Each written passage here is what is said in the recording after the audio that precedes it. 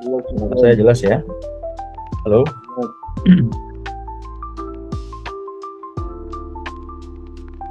Cek 1, 2, 3.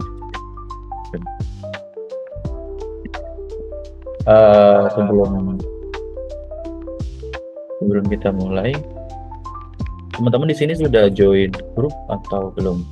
Grup Google Class, Google Classroom.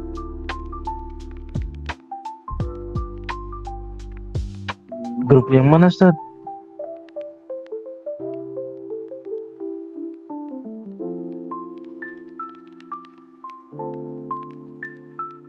Teman-teman yang belum join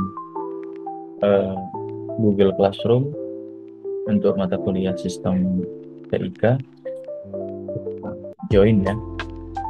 Di situ saya sudah merapikan materi, jadi teman-teman nanti bisa baca-baca atau nonton video rekamannya yang sudah pernah kita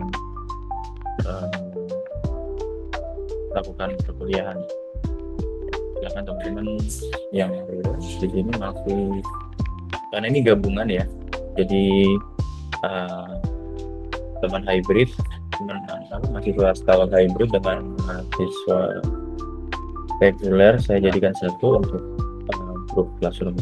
Jadi saya kira ini masih kurang banyak nih ya, tolong teman-teman yang belum join supaya join ya, supaya nggak rugi juga teman-teman udah ikut kelas kita tapi nggak ada ininya, nggak ada dokumentasinya kan rugi gitu. Hari ini materinya kita tentang ngomongin AI atau artificial intelligence. Terus kita nanti juga coba untuk cara ngebikin prompt yang bagus. Terus kita koneksikan dengan jurusan teman-teman gitu ya, atau aktivitasnya teman-teman. Rata-rata di sini kan para asatid gitu ya, para pendakwah. Saya pikir kalau kita gunakan AI itu cukup membantu lah. Kita mulai dari baca basmalah. Bismillahirrahmanirrahim.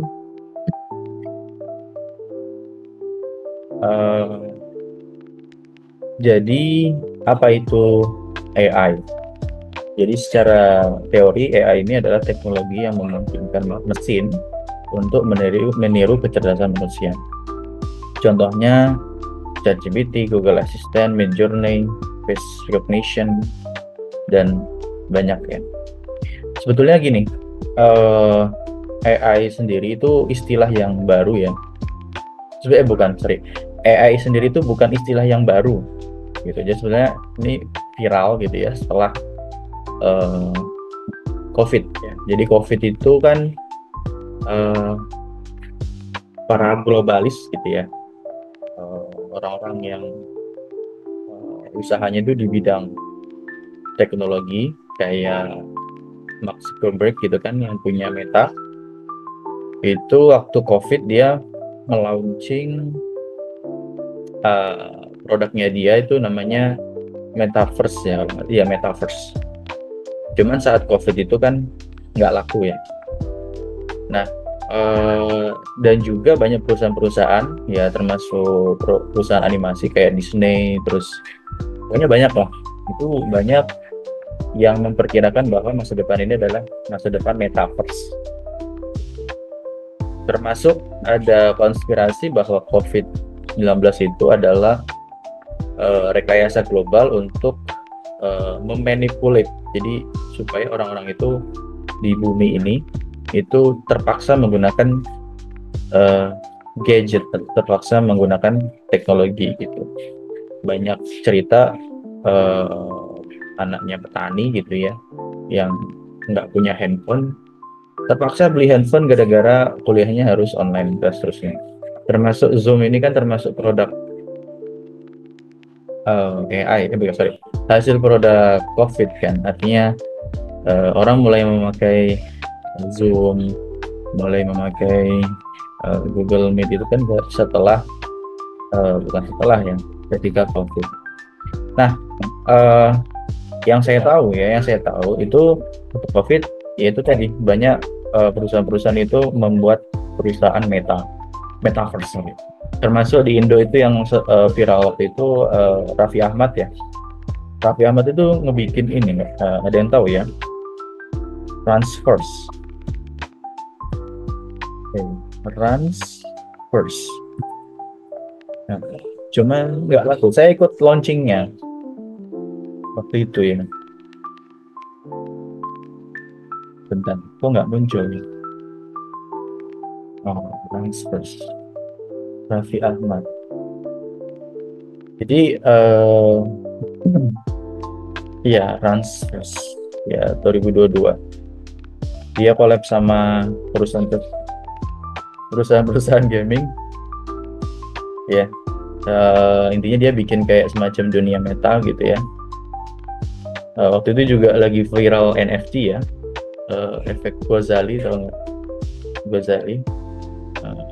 Oh ya, sama ini siapa namanya? Kaisang. Ya Kaisang. Dia bikin Transverse gitu ya. Ya sama, ternyata nggak laku. Kenapa nggak laku? Ada yang tahu nggak? Kenapa kok teknologi metaverse itu nggak laku? Ada yang tahu nggak? Kenapa nggak laku di dunia?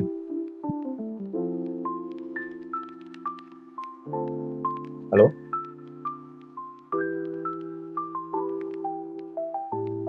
Ini connect nggak sih dengan teman-teman? Connect ya? Kira-kira kenapa ya? Ini connect set. Teknologi metaverse ini nggak laku? Sedikit Ada yang tahu Ustaz. menjawab nggak? Atau nebak kira-kira kenapa teknologi metaverse ini nggak laku? Metaverse itu inilah maksudnya yang pakai VR gitu. Pakai VR terus kayak orang gila gitu, gerak-gerak sendiri gitu. Nah kayak gini. Kira-kira kenapa teknologi ini nggak laku?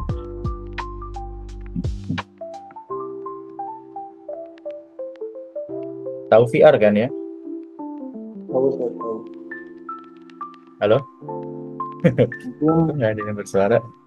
Apa suara saya? Halo? Iya Ustaz, iya. Ternyata aku nge-mute. Sorry.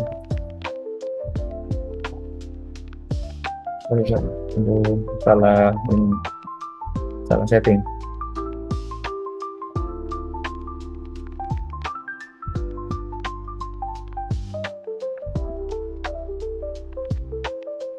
Tadi saya ngomong masuk nggak suara saya dari tadi?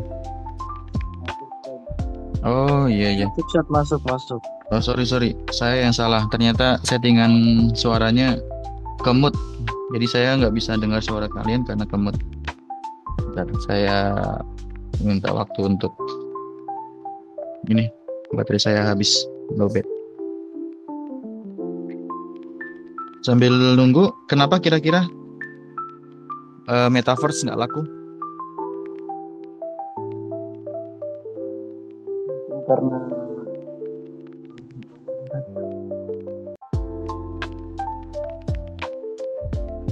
Kenapa? Terlalu? dan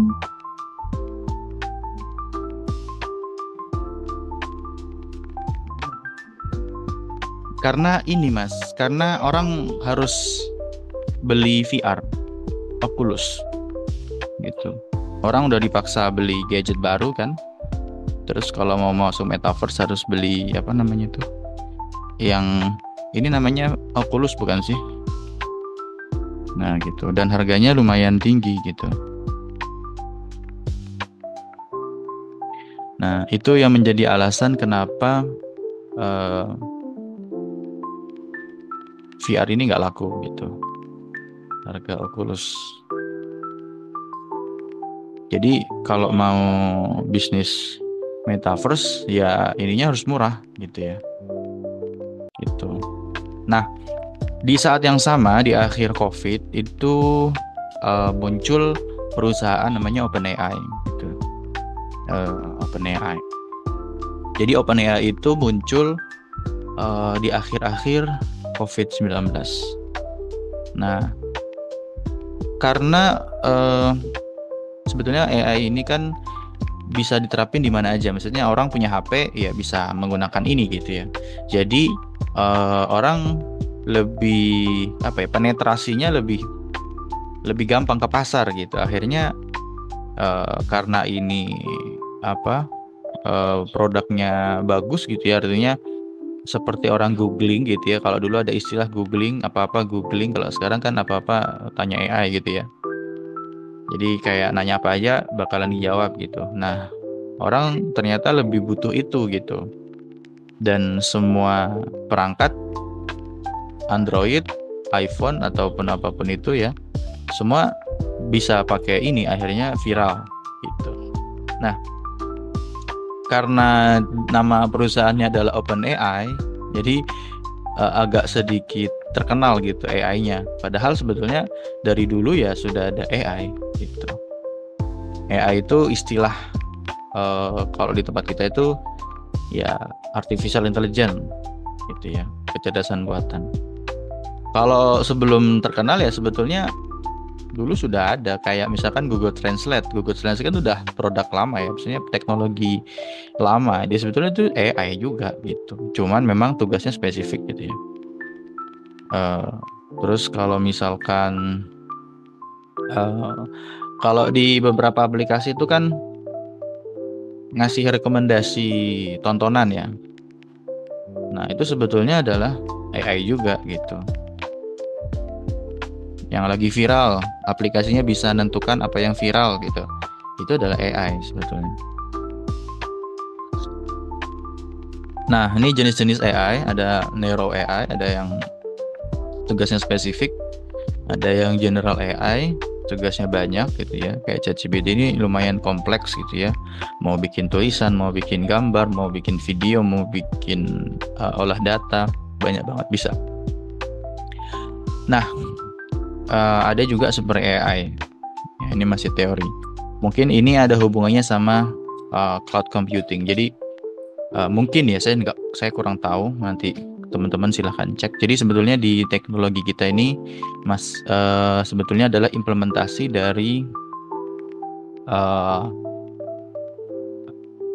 kombinasi biner ya. Jadi kita kan di dunia ini mengenal angka-angka kan ya. Ada angka desimal, ada angka bulat, ada angka biner gitu ya. Biner ini basisnya 2 kan, 0 dan 1 gitu. Kalau misalkan desimal ya basisnya ada 10 kan, dari 0, 1, 2, 3, 4, 5, 6, 7, 8 sampai 9 gitu. Dari 9 udah mentok tuh, balik lagi ke 0 kan, dan seterusnya. Nah, mungkin kalau Super AI ini sudah sampai menggunakan kalau di fisika itu dulu waktu kelas 12, seingat saya itu ada materi fisika kuantum ya. Di sini pernah SMA kan ya teman-teman mahasiswa. Kalau diingat-ingat ya, kalau memang diajarin sama gurunya ya, ada fisika kuantum itu ada istilah namanya superposisi gitu. Jadi kalau sekarang itu kan kebanyakan biner ya, 0 dan 1. Kayak saklar lampu itu kan hanya ada 2 opsi kan. Kalau ditekan bisa hidup, atau kalau ditekan satunya lagi bisa mati. Hanya ada 2 opsi. Tapi yang namanya superposisi atau kuantum itu 0 dan 1 itu kayak ya menyatu gitu. 0 adalah 1, 1 adalah 0. Nah itu masih basisnya riset ya. Secara teori fisika matematika itu masuk. Nah kalau di Google itu ada komputer kuantum, bentuknya itu sebentar, kalau teman-teman mau lihat ya, komputer kuantum itu seperti ini loh. Komputer kuantum.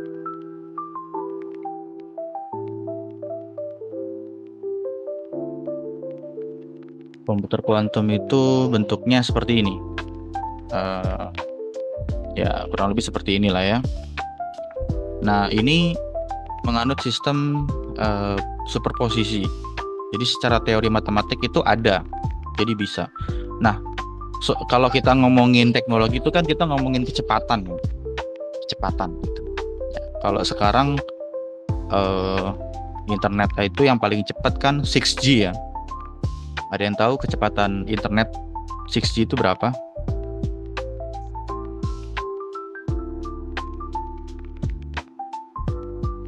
8.000 giga per detik ya. Kalau teman-teman kan susah jaringan ya.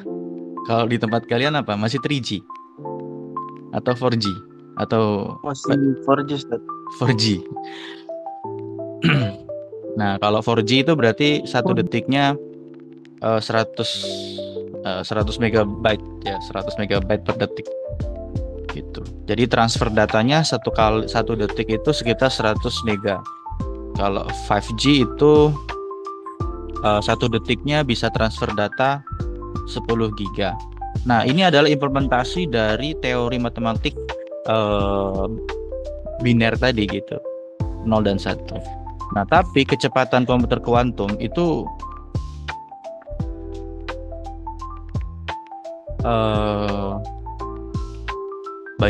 tinggi sekali gitu ya. Seberapa cepat? Gini, ini perbandingannya ya.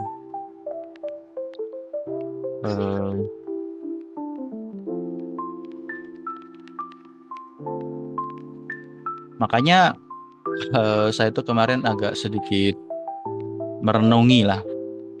Di Quran itu kan ada ceritanya Nabi Sulaiman yang memerintahkan pasukannya untuk memindahkan istananya kan ya. Ada Ifrit kan? Ifrit itu apa? Menawarkan apa? Ada yang tahu nggak? Menawarkan apa ke Nabi Sulaiman untuk memindahkan istananya?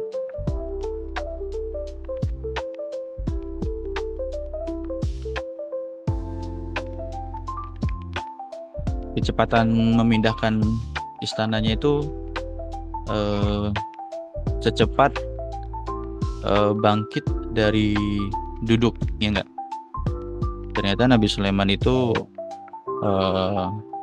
menganggap itu kurang cepat gitu, sehingga ada seorang manusia ya, dari ahli kitab ya, jadi pokoknya intinya ada yang dari kalangan manusia itu menawarkan bahwa saya bisa pindahkan istananya Nabi Sulaiman dengan kecepatan sekedipan mata.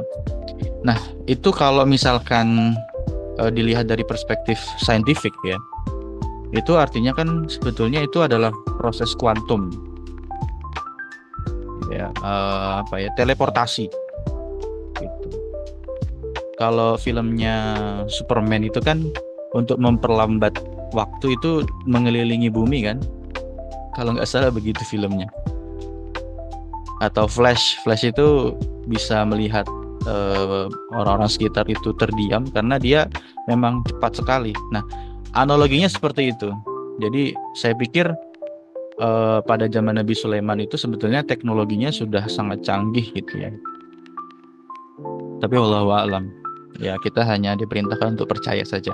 Oke, baik lagi. Jadi komputer kuantum itu intinya cepat banget ya. Kalau 6G tadi itu sekitar 8.000 GB per detik, jadi transfer datanya 8.000 GB per detik. Bayangkan kalau super kuantum itu lebih dari itu. Nah, jadi intinya adalah bayangkan kalau teknologi itu bisa lebih cepat dan kalau manusia kan ngantuk ya, ada perasaan ngantuk kalau misalkan ada rasa marah, jengkel. Kalau AI kan mesin ya, jadi nggak mungkin marah gitu, nggak punya perasaan gitu, sehingga lebih hebat daripada manusia gitu. Bisa jadi, walaupun sebetulnya AI ini adalah produk manusia itu sendiri gitu. Mungkin seperti AI itu seperti itu. Kalau sudah muncul komputer kuantum, mungkin saya nggak bisa bayangkan secanggih apa itu mesin. Gitu. Dan saya juga nggak bisa membayangkan kalau AI itu di-embed atau diinstalkan ke robot, bisa jadi ya Perang Dunia Ketiga. Makanya saya juga pikir film-film Barat itu masuk akal akhirnya. Eh, Robot berperang kayak gitu-gitu, atau manusia berperang dengan robot, robot berperang dengan manusia dan seterusnya, atau robot berperang dengan robot yang lain. I think it's made sense gitu, itu kayaknya masuk akal juga kalau misalkan ada AI-nya di robot itu. Gitu. Oke, sampai sini paham ya? Jadi intinya AI itu adalah kecerdasan buatan. Gimana cara bikin kecerdasan buatan? Kalau teman-teman masuk perkuliahan IT, itu ada mata kuliahnya. Ya, mata kuliahnya itu biasanya diawali dari machine learning.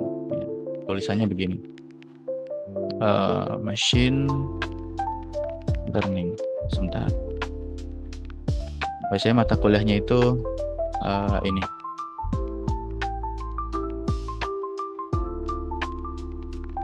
Machine learning ini materinya banyak banget. Nanti machine learning ini umumnya ya, nanti mau larinya ke teks, mau larinya ke video atau image, mau larinya ke kesehatan. Jadi intinya kalau di anak-anak IT dia belajarnya mata kuliahnya biasanya machine learning. Jadi banyak materinya. Nah, ini implementasi AI ya dalam sehari-hari banyak banget. Dan teman-teman saya yakin sudah menggunakan dan sudah menjadi kreator juga, saya yakin. Gitu. Kalau teman-teman guru, teman-teman bisa nih bikin soal, ngenilai soal, atau ngeresum soal, atau bikin materi soal dan seterusnya, itu bisa pakai AI. Termasuk slide yang saya buat hari ini ya, PPT yang saya buat ini saya gunakan AI. Gitu. Pakai ChatGPT. Seperti itu. Dan gilanya lagi ya, AI sekarang udah masuk ke ranah yang lebih realistis gitu ya, kayak animasi, film. Kalau nggak salah itu Adobe itu ngerilis AI barunya. Jadi Adobe Adobe Premiere kalau nggak salah. Jadi dia bisa ngebikin animasi, ya. Bukan pakai Kling ya, pakai Kling bukan. Lebih bagus punyanya Adobe. Tapi masih versi beta sih. Itu kalau udah versi stabilnya itu keren banget berarti. Animator udah kalah. Tapi sebetulnya saya yakin manusia itu tidak akan kalah dengan mesin ya. Saya masih yakin itu selama kita mau sprint, mau belajar gitu.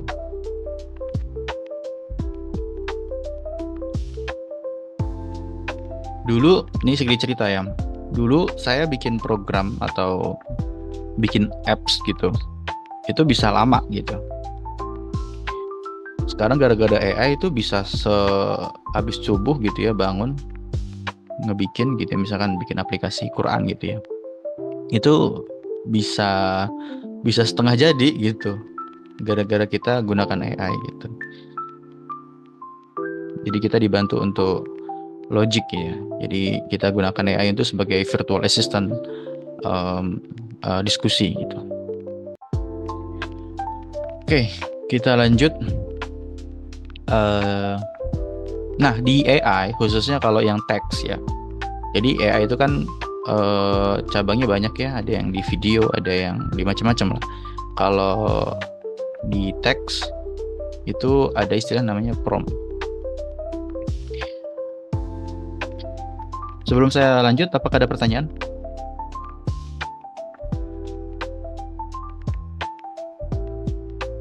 Prompt itu adalah instruksi atau perintah yang diberikan kepada AI itu.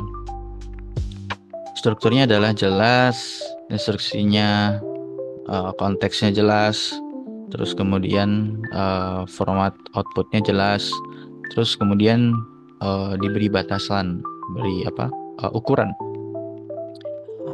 Oke, kita akan langsung praktek aja. Teman-teman di sini biasa pakai AI apa? ChatGPT. Oke.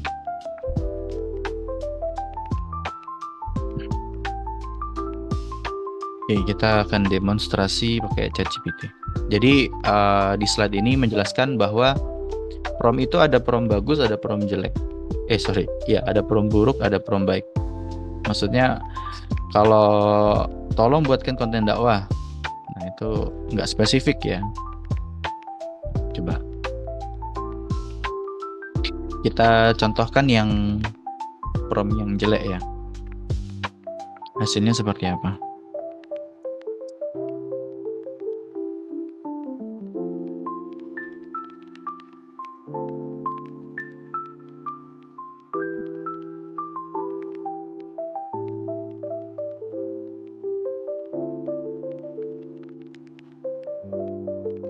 Nah, ternyata ketika kita kasih prompt ini, si ChatGPT juga akhirnya bertanya kembali ya.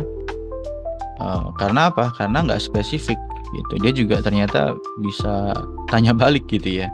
Mau pakai platform apa, pakai format apa, mau audiensnya seperti apa, atau temanya seperti apa, gaya formalnya seperti apa, dan seterusnya. Nah, prompt yang bagus itu spesifiknya gitu. Nah, ini kalau kita ngomongin prompt, ini saya mau kasih di sini ada yang konten creator kalau nggak salah ya. Ada beberapa teman-teman yang kayaknya rutin bikin konten gitu ya. AI itu apa? Website AI itu kan banyak banget ya. Silakan coba ini ada AI bagus nih yang saya rekomendasikan.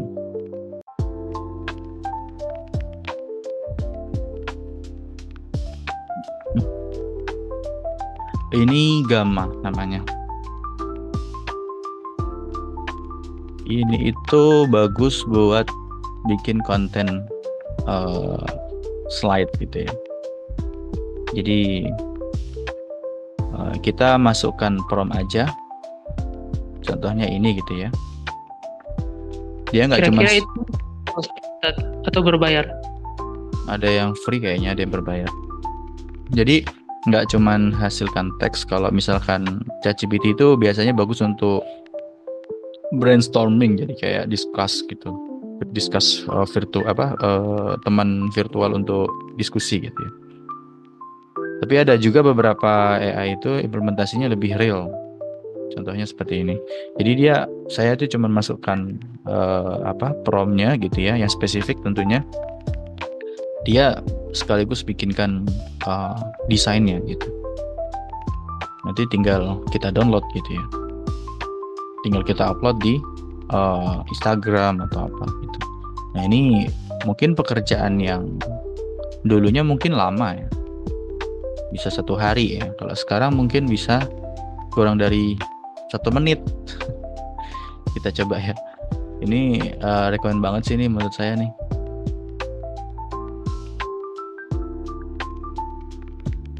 Bisa bikin web juga, bisa bikin dokumen, presentasi, atau sosial media. Bisa ditentukan juga nih berapa card, 10 card misalkan, bahasa Indonesia.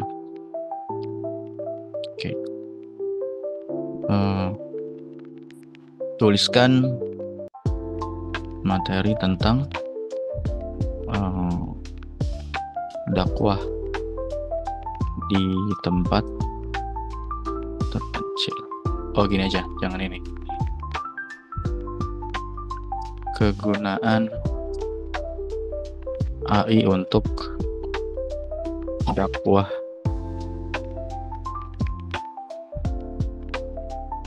khususnya anak milenial gitu ya, anak Gen Z gitu.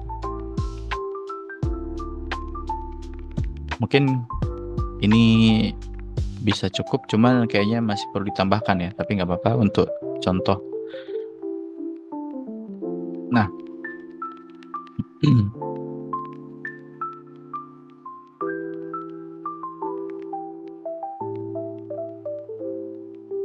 ini tinggal kita edit-edit kalau misalkan ada yang kurang gitu ya, atau ada yang salah.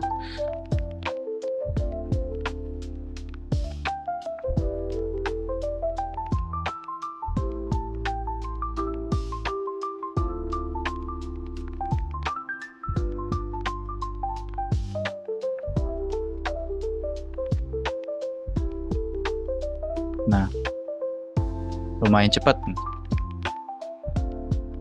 Nah, tinggal kita download, terus kita tinggal upload di mana? Instagram gitu ya. Ya, yang lain itu ada juga yang video ya. Kalau di Google itu, kalau di ChatGPT itu Sora ya. Sora atau Kling ya. Kalau Sora saya belum pernah coba ya. Di sini ada yang pernah pakai Sora? Belum ya. Belum. Sora itu ini apa? GPT aja. Iya, ChatGPT itu produknya kan ada banyak ya. Ada Sora, ada Generate Image. Jadi kalau misalkan ChatGPT itu di sebelah kiri ini ada kayak Explorer GPT. Ini kan ada banyak kan sebetulnya. Mau nulis, ada productivity, ada research analysis, ada education, lifestyle, programming. Tapi juga kalau di program itu ini sekedar sharing ya. Nah, di ini kalau teman-teman ngoding itu di extensionnya aplikasi coding itu juga ada AI. Maksudnya kalau mau ada misalkan apa? Copilot ya.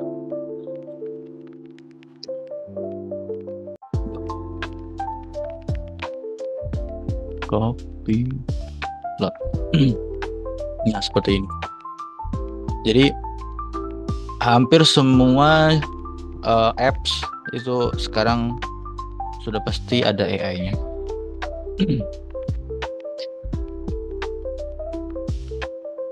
Jadi ada muncul profesi baru namanya prompt engineer. Ya, kalau dulu nggak ada profesi ojol ya, sekarang ada profesi ojol, ojek online. Nah, sekarang ada profesi baru namanya itu prompt engineer. Tugasnya itu dia membuat teks prompt yang ngebikin si AI-nya itu sesuai dengan outputnya gitu. Prompt engineer. Prompt engineer. Mungkin kalau di Indo belum ini ya, belum banyak kayaknya. Tapi kalau di luar kayaknya ada banyak gitu yang membutuhkan prompt engineer gitu. Nah, ini tips aja ya. Kayaknya teman-teman udah pada tahu ya. Gunakan kata kerja aktif, kata perintah, tulis, jelaskan, buatkan, terus juga tentukan batasan, termasuk audiensnya seperti apa. Intinya adalah formatnya sesuai dengan sebenarnya sesuai dengan karakter teman-teman sendiri sih sebetulnya. Karena sepengalaman saya ya, ketika saya berinteraksi dengan mesin, dengan ChatGPT ataupun AI itu, ketika saya membuat prompt itu dia akan mengikuti gaya kita juga gitu.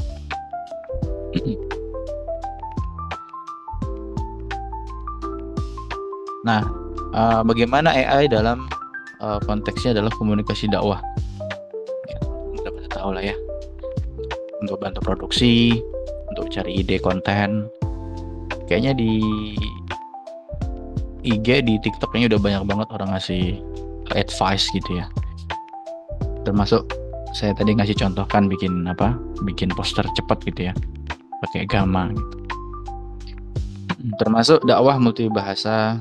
Jadi sekarang itu bisa orang tuh cari partner untuk latih ngomong bahasa Arab misalkan atau ngomong bahasa Inggris, itu bisa pakai virtual foreign ya. Jadi ada kalau nggak salah, saya tapi lupa nama webnya apa. Termasuk ini dulu awal-awal muncul AI itu banyak perusahaan masuk ke Indo itu perusahaan-perusahaan yang AI-nya itu fokus di customer service. Jadi untuk menggantikan layanan telepon customer service gitu. Jadi kayak ngejawab telepon dari customer gitu. Jadi udah pakai AI gitu. Nah, pertanyaannya adalah banyak apa? Oh, pertanyaannya. Kenyataannya adalah banyak profesi yang akhirnya pada hilang. Tapi jangan khawatir teman-teman, sebetulnya hilangnya profesi itu akan muncul profesi yang lain gitu. Seperti yang tadi saya bilang, dulu mungkin nggak ada prom engineer, sekarang ada prom engineer gitu. Tapi memang banyak juga profesi-profesi yang akan hilang di beberapa negara, ya, termasuk di Amerika itu, supir taksi itu udah mulai nggak ada gitu ya, sudah mulai digantikan oleh mesin gitu ya. Jadi kalau teman-teman perhatikan di beberapa vlognya orang Amerika itu, taksi itu tanpa supir. Nah, itu artinya sudah pakai mesin AI.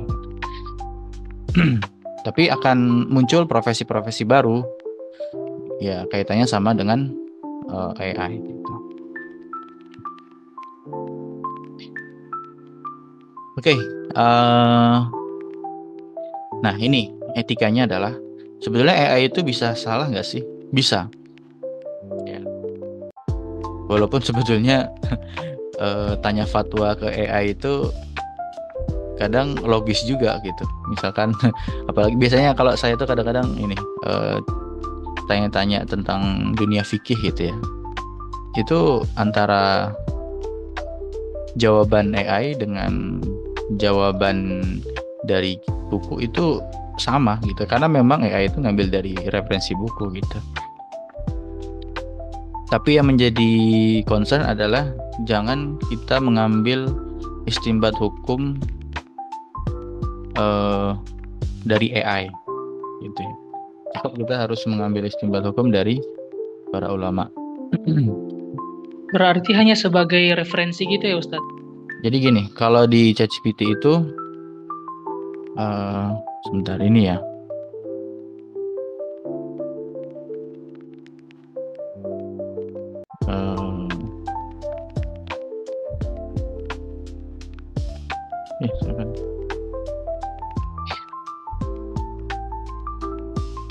Misalkan hukum apa?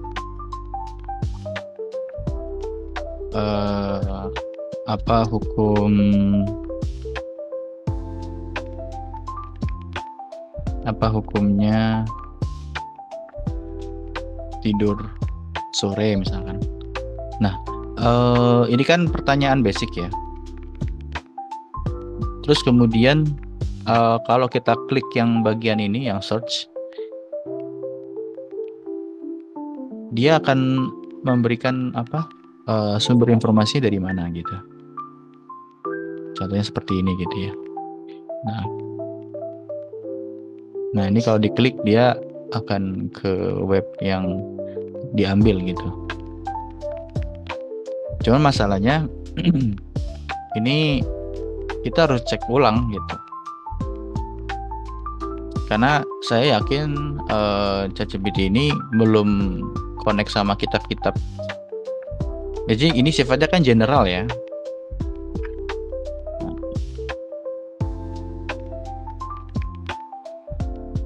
Nah, kalau misalkan seperti ini kan Nah, kalau misalkan seperti ini kan lumayan terverifikasi lah gitu ya. Karena apa? Karena di sini ditulis oleh Ustadz ini misalkan Ustadz Abdullah ya. Terus kemudian dia juga menyampaikan hadisnya ini gitu. Gitu.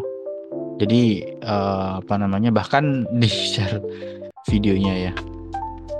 Video sumber pertanyaan tadi.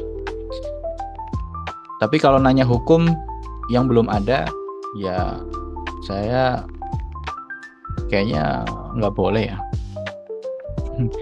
Saya mau cerita sedikit ya. Waktu saya mau bikin aplikasi waktu tesis ya. Saya kan juga bikin AI, jadi kayak ngedeteksi gerakan bibir gitu ya, ngedeteksi bacaan. Niatnya sih mau ngebikin alat untuk ngedeteksi bacaan Quran waktu itu. Jadi dari gerakan bibir sama suara di record, nanti si apps-nya itu ngedetect, oh bacaanmu salah, kurang kurang terbuka tuh mulutnya ketika ngomong fathah gitu ya, atau kurang mencucu ketika ngomong dhammah dan seterusnya. Maunya apps-nya tuh begitu. Saya bikin algoritmanya. Intinya di proses pembuatan seperti itu,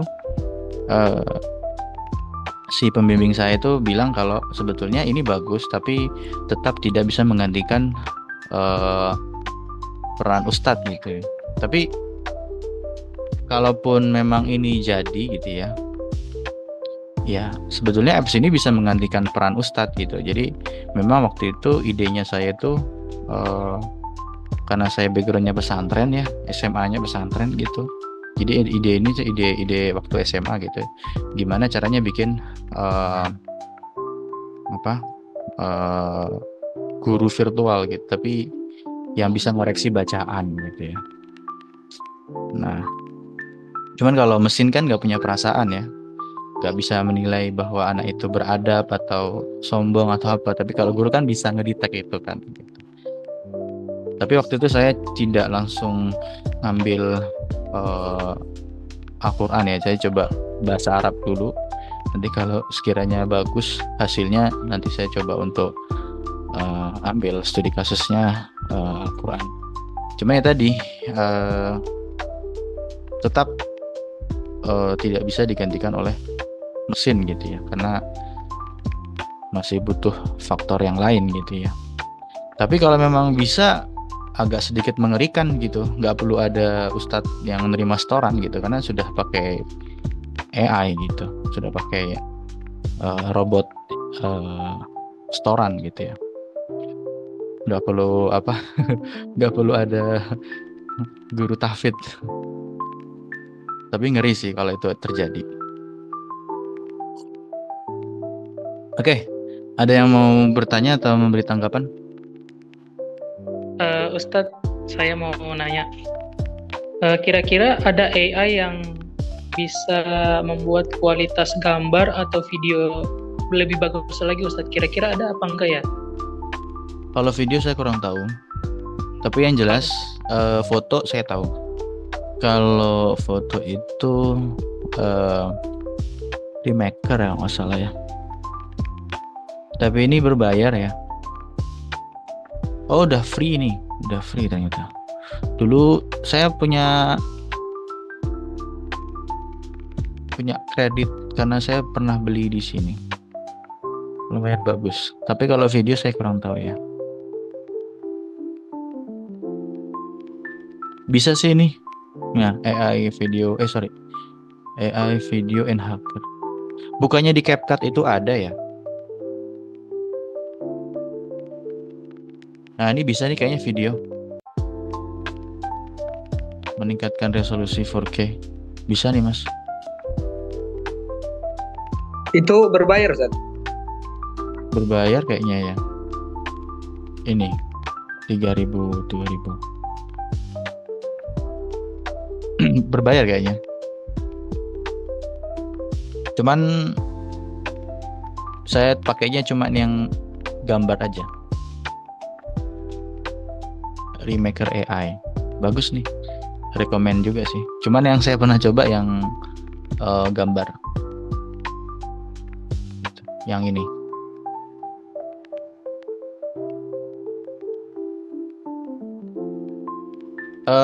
Ada listnya ya, AI repository tools. Nah nih.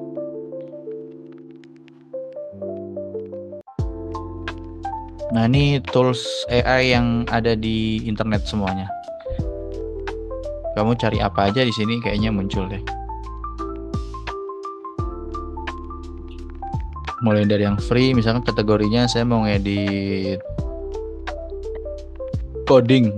Oh, muncul loh ini rekomendasinya. Saya mau education.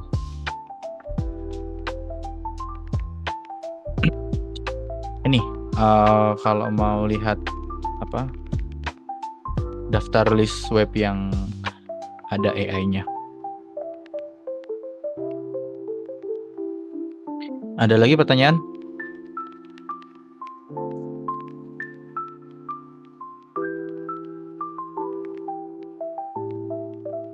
Kayaknya nggak ada ya.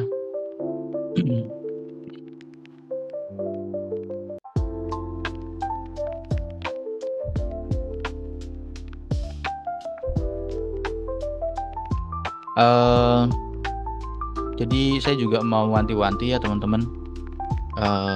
Maksudnya begini, kita tuh kalau misalkan nggak jadi pelajar yang cepat, kita tuh bakal ketinggalan gitu ya.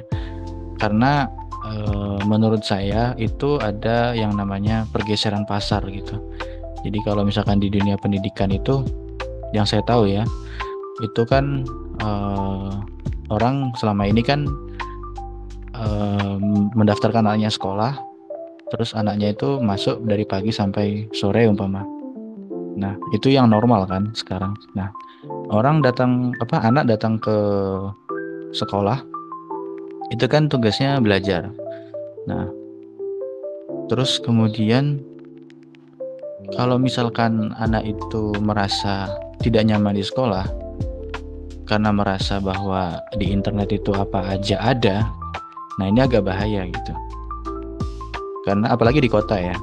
Jadi apalagi kalau kita nggak tahu apa-apa tentang AI ini. Jadi kayak kadang-kadang ini kasusnya di beberapa sekolah yang saya tahu, itu ketika ujian anak-anak itu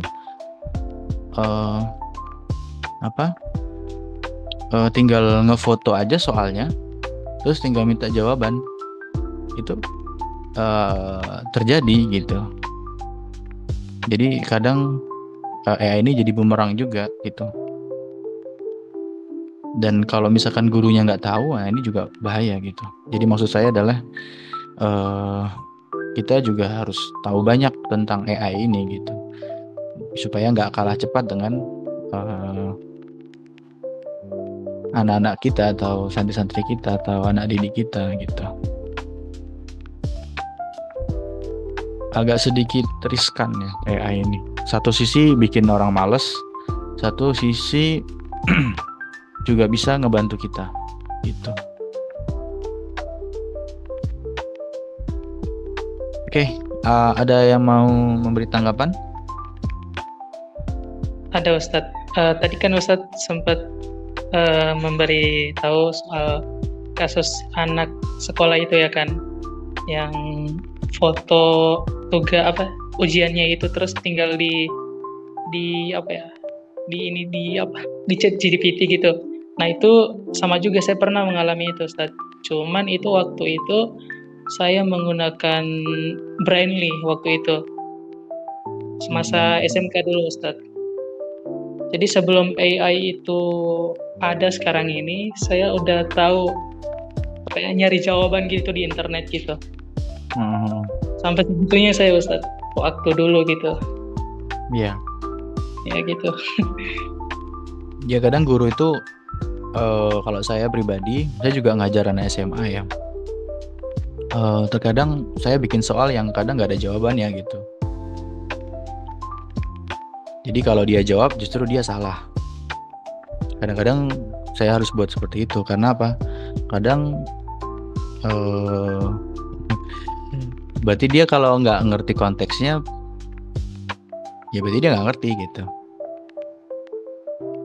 Apalagi kalau soal rumus matematika gitu Ustadz. Nah itu kemarin itu saya ikut ujian, itu rata-rata soalnya itu dari internet semua Ustadz. Makanya nilainya teman-teman saya itu 100 semua, nggak ada yang C atau B gitu, sempurna gitu. Makanya kami itu kemarin itu merasa terbantu dengan kayak Brainly itu. Mungkin sekarang udah nggak ada kali. Ya, maksudnya kalau saya punya pendapat, AI ini tuh bagus buat semuanya ya, termasuk buat santri, termasuk buat ustadznya. Tapi yang menjadi concern saya itu sebetulnya adalah dari ini kita tuh bisa menghasilkan apa gitu ya. Jadi kalau di beberapa tempat pendidikan ya, itu fokusnya tidak lagi transfer ilmu tapi produknya apa gitu. Jadi mulai ada arah tujuan yang lain gitu ya. Jadi kalau misalkan misalnya kita ngomongin perguruan tinggi ya. Kalau misalkan di tempat saya itu konsep belajarnya itu bukan belajar ujian bukan itu, tapi lebih ke konsep laboratorinya. Jadi dia seberapa lama sih dia di laboratoriumnya itu. Nah, atau kalau misalkan ada istilah namanya basisnya proyek gitu ya. Jadi lebih ke udah menghasilkan project apa, udah menghasilkan portofolio apa. Jadi rapotnya itu bukan lagi rapot nilai tapi juga produk gitu ya. Kalau kita pinjam istilahnya Gibran, hilirisasi. Ya sudah saatnya sebetulnya ada orientasi ke sana. Kalau di tempat saya ngajar itu rapotnya nggak cuma satu ya, nggak cuma rapot kognitif, tapi rapotnya itu banyak gitu ya. Salah satunya adalah rapot portofolionya, dia harus rapot portofolio gitu. Dia udah bikin apa aja. Otomatis ketika membuat project itu dia sangat dipersilahkan menggunakan AI, bahkan didorong untuk menggunakan AI gitu.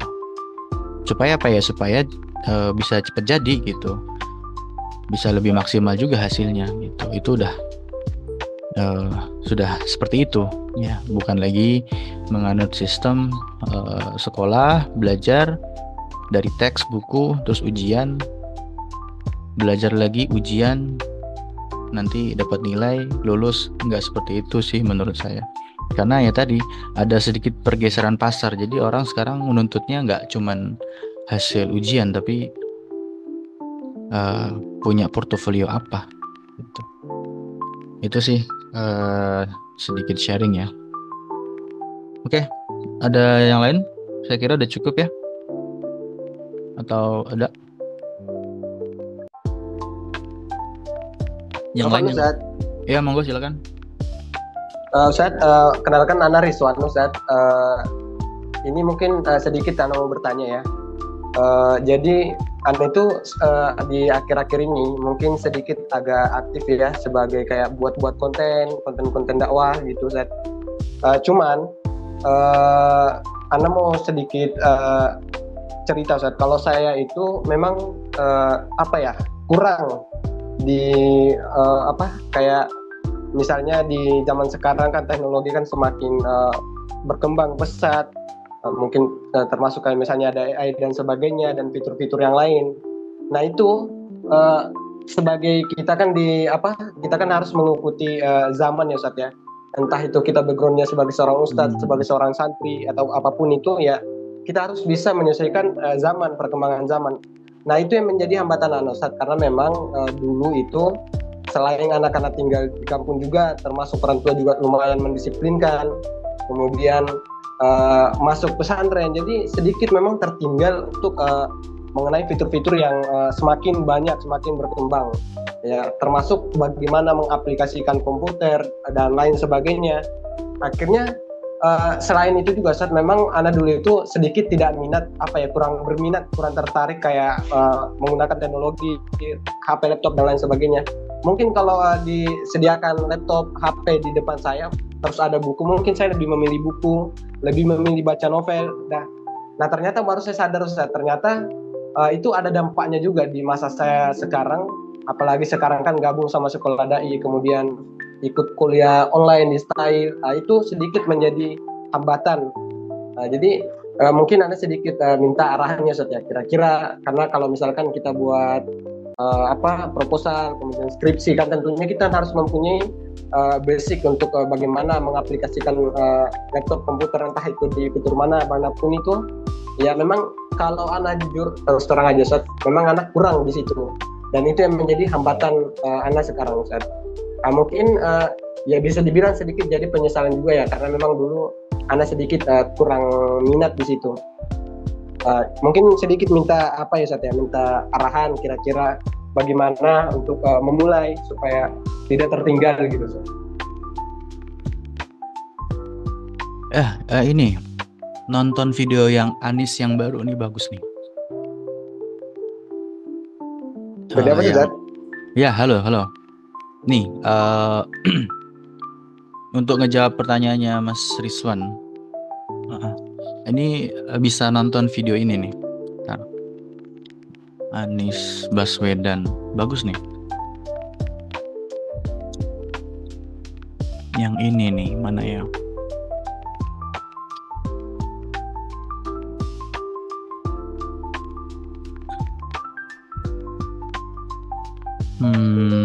Nanti saya share di grup deh.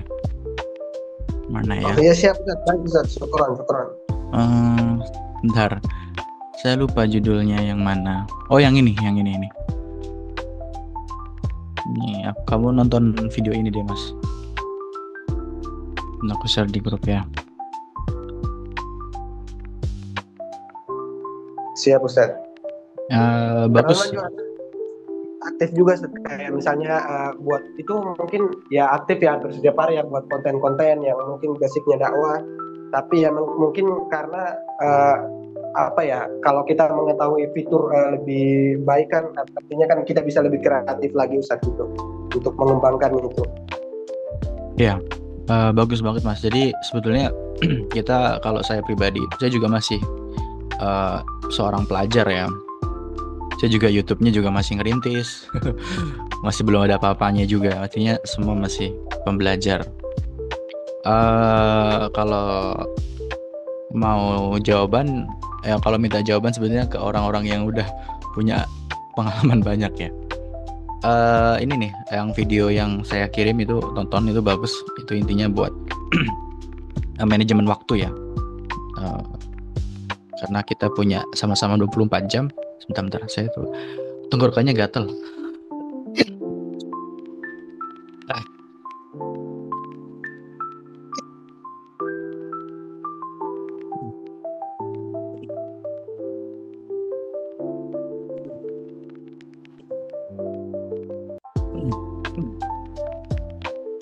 Jadi di video itu sebenarnya ngejelasin kita sama-sama punya waktu yang sama, cuman kadang hasilnya jadi beda.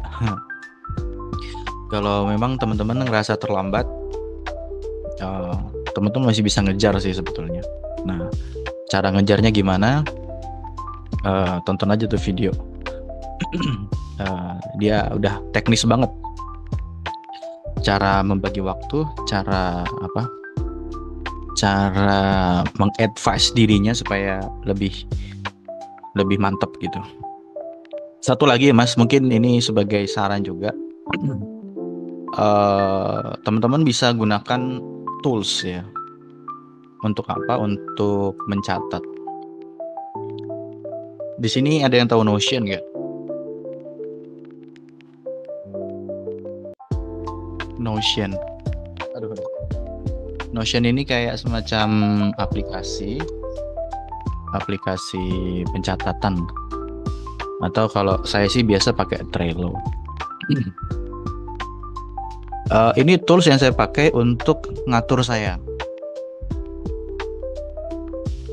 Contohnya misalkan apa ya? Ini. Oh, bukan ini. Contohnya apa ya? Ini aja deh. Contohnya ini ya.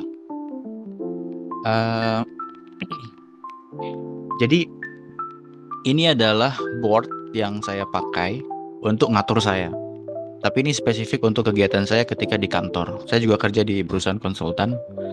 Nah, jadi supaya saya itu terarah, supaya saya itu tahu mau ngapain dan jelas mau ngapain gitu di kantor, saya gunakan board ini. Jadi ini tuh pakai filosofisnya orang Jepang. Jadi orang Jepang itu kan terkenal teratur ya, terkenal banget disiplinnya. Ada istilah namanya kanban. Tahu kanban? Ini materinya yang lain ya. Kanban. Kanban ini bahasa Jepang, artinya papan. Jadi dulu di perusahaan Toyota itu kan karyawannya banyak ya. Perusahaan Toyota kan karyanya banyak. Gimana cara ngatur karyawan yang sebanyak itu? Nah, caranya adalah bikin kanban, bikin papan, yang dimana di papannya itu ada kayak semacam tulisan. Cari di internet aja biar gampang. Kanban style. Oke. Nah, seperti ini.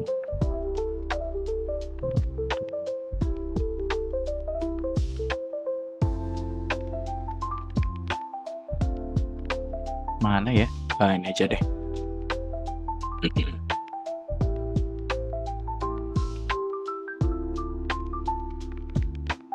Nah, jadi papan, terus isi papannya itu ada tulisan backlog, ada to do, ongoing, dan maksudnya begini. Nah, di papan ini ada kayak semacam list gitu ya. Jadi kalau misalkan backlog, jadi adalah ide rencana. Oh, hari ini rencananya atau bulan ini rencananya mau nerbitin buku atau hafal 1 juz atau misalkan bikin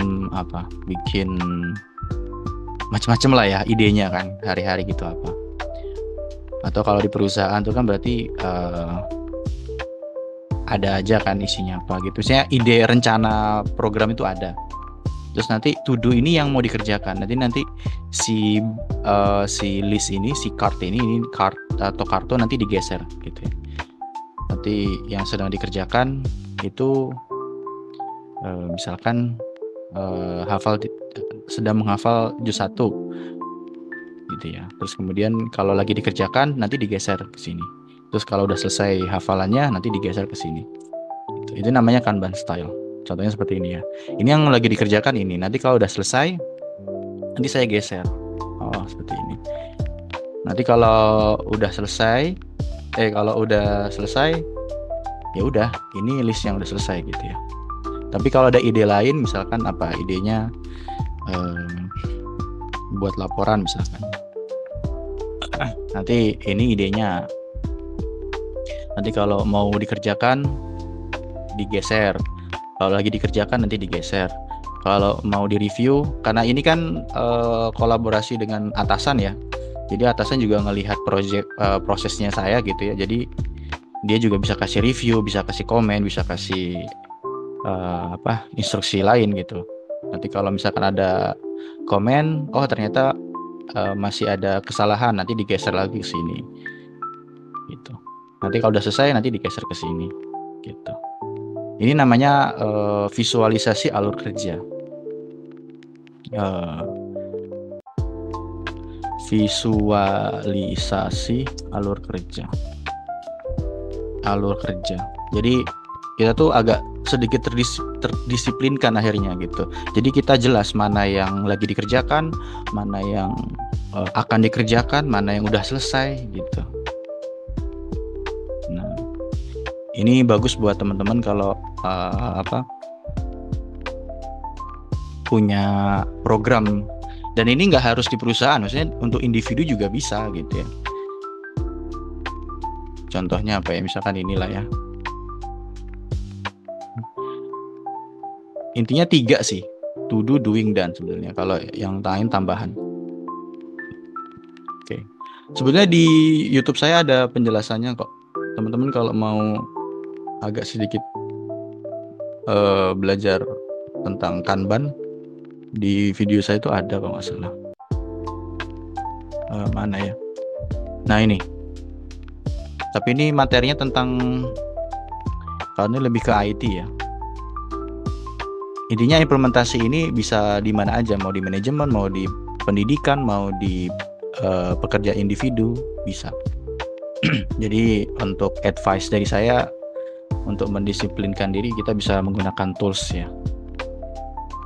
Toolsnya ya ini yang saya pakai, Trello. Tapi kalau yang agak kekinian biasanya anak-anak muda itu, anak-anak Gen Z itu biasa pakai Notion ya. Notion itu kurang lebih sama sih.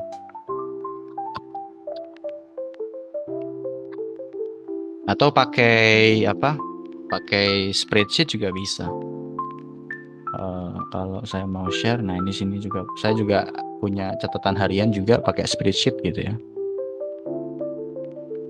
Ini apa? Sekedar sharing aja gitu.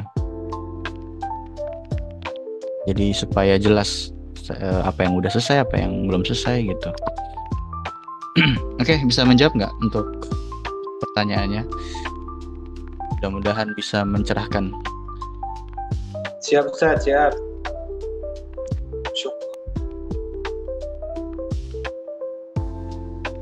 Oke, saya pikir udah cukup ya. Kita tutup dengan doa kafat majelis. Subhanakallahumma bihamdika asyhadu an la ilaha illa anta astaghfiruka wa atubu ilaik.